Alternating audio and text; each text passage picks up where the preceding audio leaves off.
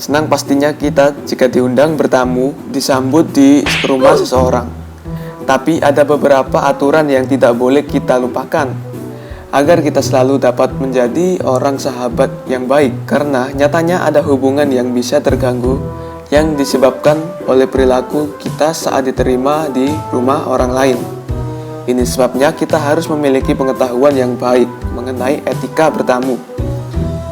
Pada video kali ini, Fatan Media telah merangkum 11 hal yang tidak boleh Anda lakukan saat berkunjung ke rumah seseorang atau bertamu. Tapi sebelum kita lanjut, pastikan kalian sudah mengeklik tombol subscribe, like, share, serta aktifkan lonceng notifikasi agar tidak ketinggalan video terbaru dari channel Fatan Media.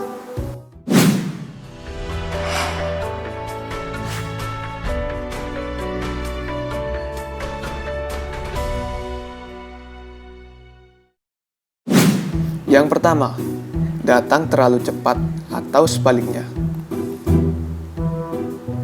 Seperti yang kita tahu, orang Indonesia memiliki kebiasaan terlambat. Tapi, itu tidak berarti kita harus mempertahankan tradisi tersebut jika selalu bisa mengubah kebiasaan lama.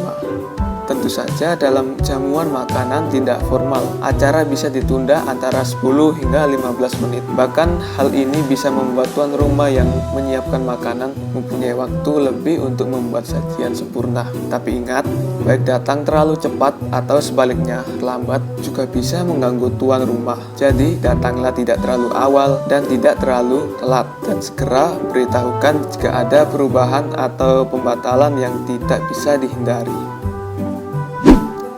Yang kedua, tanya apakah kita bisa masuk ke dalam rumah menggunakan sepatu ataupun tidak. Di daerah-daerah masih banyak yang membuka sepatu atau alas kaki saat datang berkunjung ke rumah seseorang. Tapi di perkotaan, hal ini sudah tidak banyak dilakukan lagi. Namun kita tidak tahu pasti mengenai kebiasaan orang lain, bukan? Jadi sebelum masuk ke rumah orang lain, tanya apakah Anda bisa masuk mengenakan sepatu atau tidak. Seperti yang kita tahu, kita membawa banyak kotoran dari jalanan yang dapat menyebar ke seluruh ruangan, apalagi karpet. Jadi, adalah hal yang baik untuk melepas sepatu Anda. Bagi yang tidak suka berjalan tanpa alas kaki, jangan ragu untuk meminta sepasang sandal untuk di dalam rumah. Yang ketiga, datang dengan tangan kosong. Selalu baik untuk menyampaikan di rumah orang yang mengundang kita dengan sebuah hadiah sebagai cara untuk berterima kasih atas undangan mereka. Kita tahu bahwa undangan terlepas dari segala macam tujuan dan bentuknya pasti memerlukan biaya dan juga pekerjaan lebih. Dalam hal ini, Anda harus membawa sedikit suguhan, bisa sebotol anggur, bukan anggur merah ya, bunga, ataupun makanan penutup. Bahkan jika ini adalah kesukaan selera Anda, pasti tuan rumah akan merasa senang. Yang keempat, tanyakan di mana Anda dapat duduk. Mungkin tidak ada tempat khusus atau spesifik untuk setiap tamu, tapi umumnya tuan rumah memiliki tempat tersendiri untuk menerima tamu di luar tempat-tempat keseharian mereka hidup. Mereka itu sebelum duduk, tanyakan terlebih dahulu di mana Anda diperkenalkan duduk. Yang kelima, langsung melahap makanan. Tidak seharusnya kita datang ke rumah seseorang dengan penuh rasa lapar. Untuk menjaga etika agar kita tidak langsung melompat ke makanan, jadi sikap Anda dan cemilan yang disuguhkan dengan tenang, pelan-pelan, dan ini bisa memuaskan rasa lapar Anda. Yang keenam, bereskan tempat tidur. Jika menginap, maka bereskanlah tempat tidur atau lepaskan spray dari tempat tidur. Ingat, kita tidak sedang berada di hotel, jadi kita harus menghormati lingkungan dan ruangan tempat kita berada. Bahkan jika membereskan tempat tidur bukan kebiasaan, Anda harus tetap berusaha menunjukkan perilaku yang baik. Yang ketujuh, jaga privasi pemilik rumah. Kita bicara mengenai masuk ke ruangan-ruangan pribadi tanpa izin, seperti area kerja, kamar tidur, kamar mandi, atau ruangan-ruangan yang sifatnya sangat personal. Di sisi lain, juga jangan sembarangan membuka lemari, kulkas, mengotak-atik sesuatu, atau bahkan melayani orang lain tanpa bertanya ke pemilik rumah terlebih dahulu, karena itu disebut tidak sopan. Yang kedelapan, jaga kebersihan.